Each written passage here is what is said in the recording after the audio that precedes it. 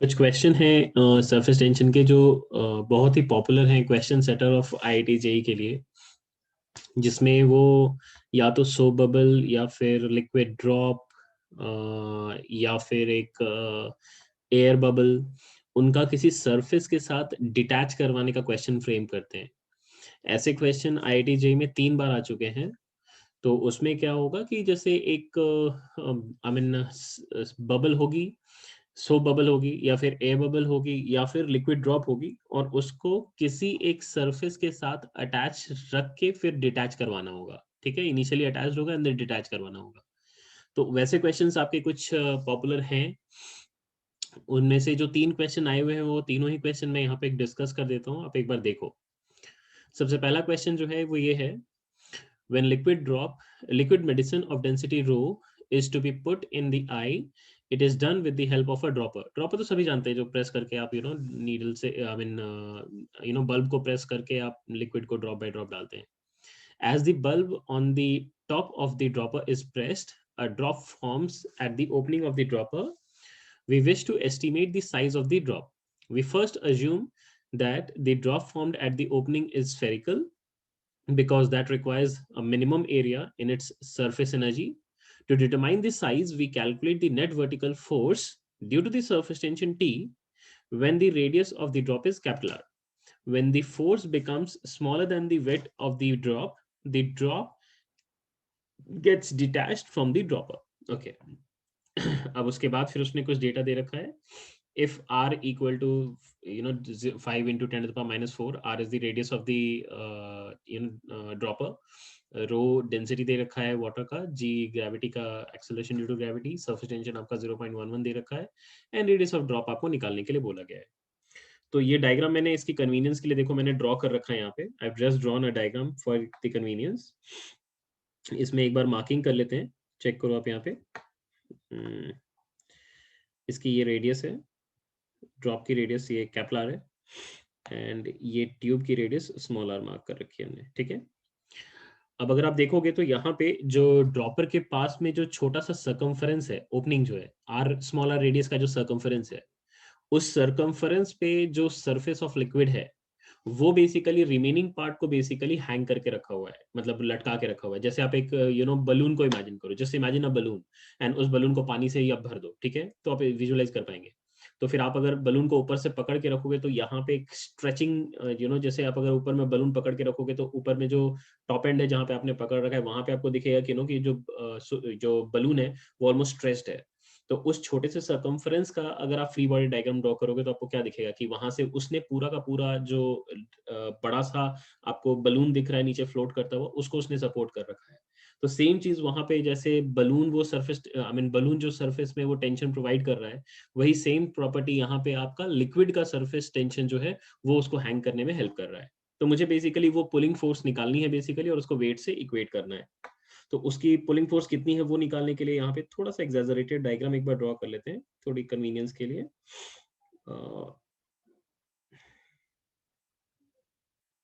ये हमारा circumference of nozzle है जिससे लिक्विड निकलेगा, और यहाँ पे मान लेते हैं हमारा बबल है।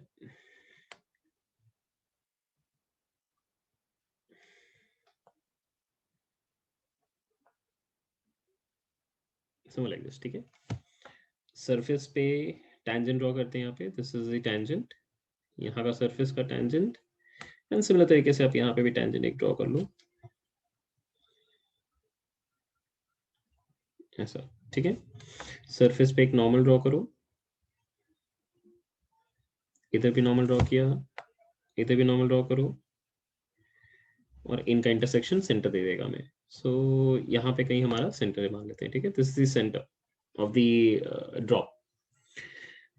अब सरफेस टेंशन की जो फोर्स है वो तो अलोंग द सरफेस ही होगी। ठीक है, तो अलोंग द सरफेस मतलब यहाँ पे ये जो लाइन है, ये वाली लाइन, इस लाइन के अलोंग आपकी सरफेस टेंशन की फोर्स होगी। तो इनको अगर आप डीएफ दिखा रहे हो तो ऑब्वियसली ये भी डीएफ होगा। तो ऐसे सर्कमफ्रेंस पे जो फोर्सेज आएंगे सरफेस टेंशन के, वो चारों तरफ से ऐसे डीएफ डीएफ फोर्सेज आएंगे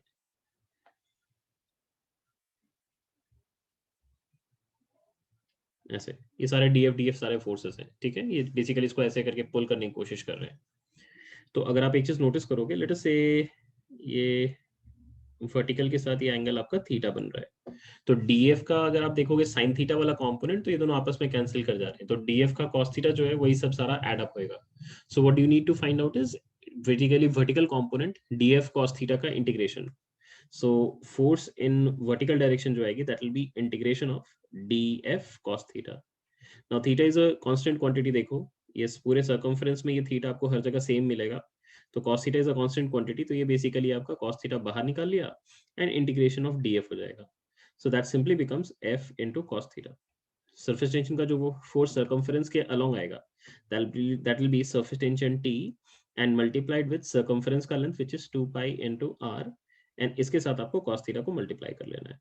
ठीक है, डायग्राम में चेक करो cos थीटा की वैल्यू कितनी है, एक बार चेक करो. ये चेक करो,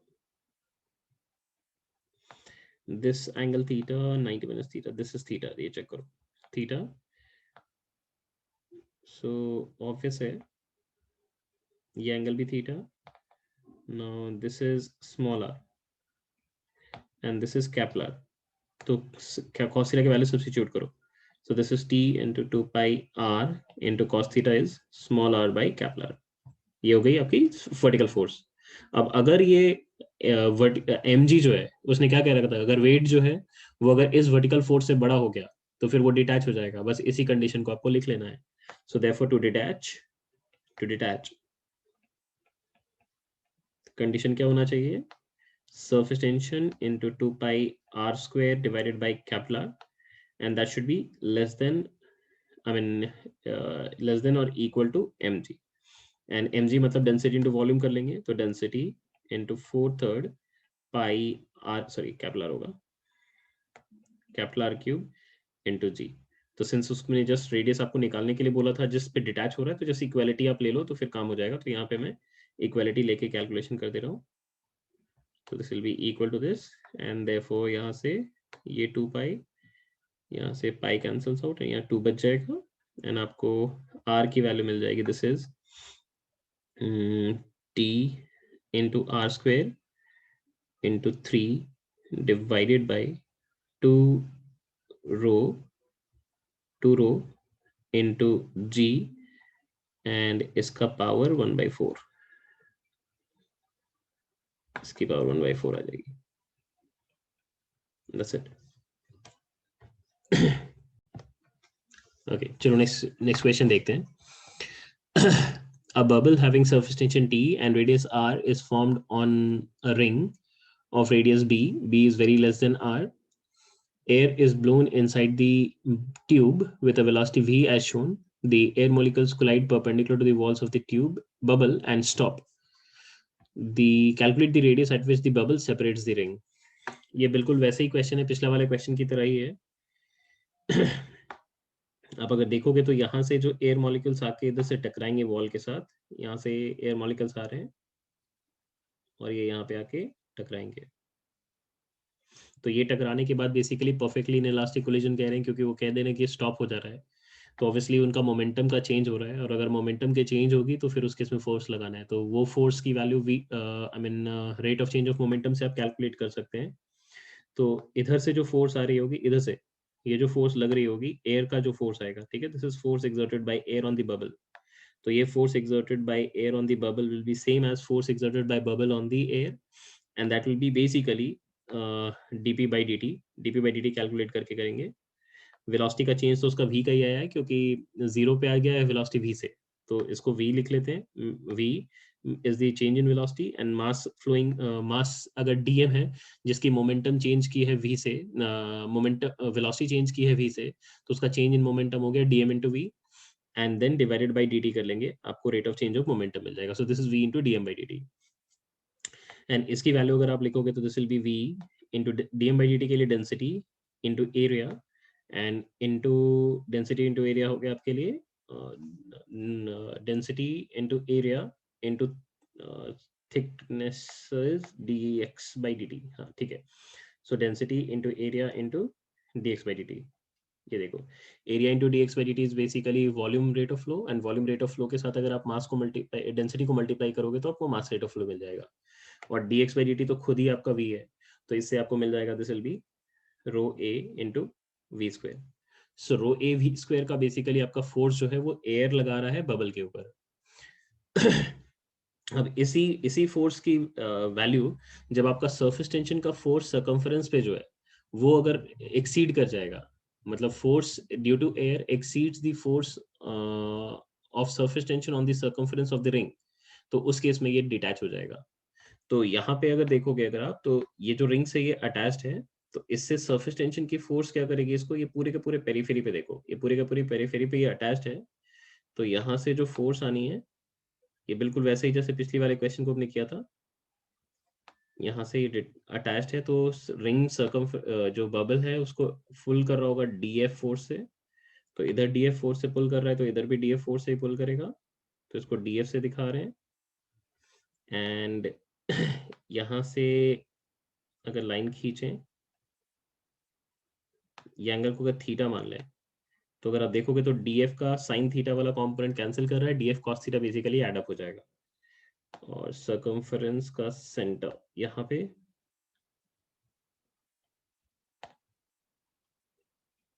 ऐसा कुछ।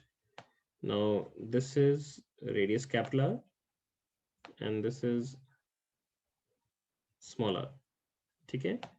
तो ये थीटा, ये 90 माइनस थीटा, ये वापस से थीटा हो जाएगा। तो यहाँ से आप देखोगे अगर, तो सरफेस टेंशन का जो फोर्स है, force of surface tension, that will be surface tension is given as कोई गलो surface tension T है, so this will be T multiplied with circumference का length which is 2 pi into small r। But ऐसे आपके पास दो layer हैं, क्योंकि soap bubble कह रहे हैं वो, तो इसलिए दो गुना सरफेस का फोर्स आना है। So this will B T into 2 pi r into 2, and इसके साथ cos थीटा वाला कंपोनेंट को मल्टीप्लाई कर लेना है, तो cos थीटा का कंपोनेंट को भी मल्टीप्लाई कर लिया। So this becomes 4 pi r into t, and cos theta की वैल्यू डायग्राम से चेक करो कितनी है। So this is small r divided by capital R. So this is basically आपका 4 pi r square into t divided by capital R.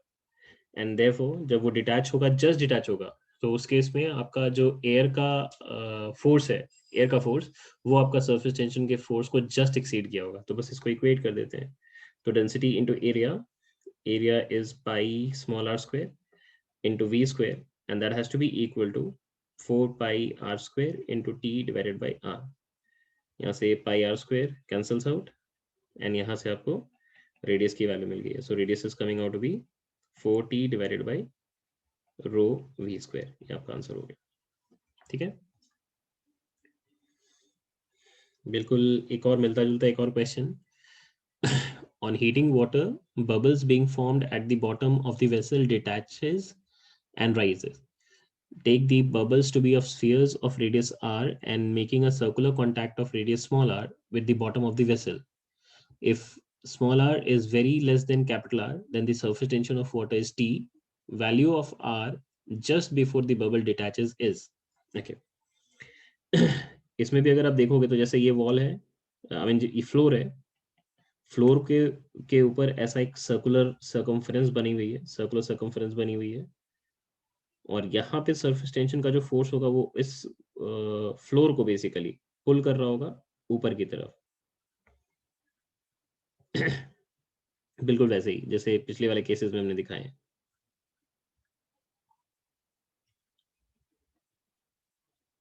इसको थोड़ा सा और इंक्लाइन कर देते हैं जैसे से।